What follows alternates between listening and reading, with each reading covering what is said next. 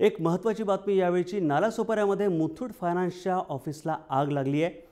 Patankar park या परिसरामध्ये इमारतीच्या पहिल्या मजल्यावर ही आग लागली आहे। शॉर्ट सर्किटमुळे आग लागल्याचा अंदाज व्यक्त केला जातोय आणि अग्निशमन दलाच्या गाड्या या ठिकाणी घटनास्थळी दाखल झालेल्या आहेत। आग विझवायचे शर्थीचे प्रयत्न सुरू आहेत।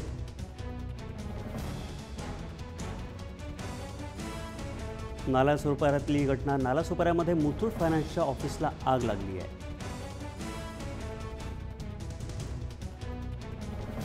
प्रतिनिधी जयराज राजवडे आहेत। काय सांगशील याविषयी अधिक माहिती? नितीन, ही आग नेमकी 2:30 ते पावणे 2:15च्या सुमारास लागली होती।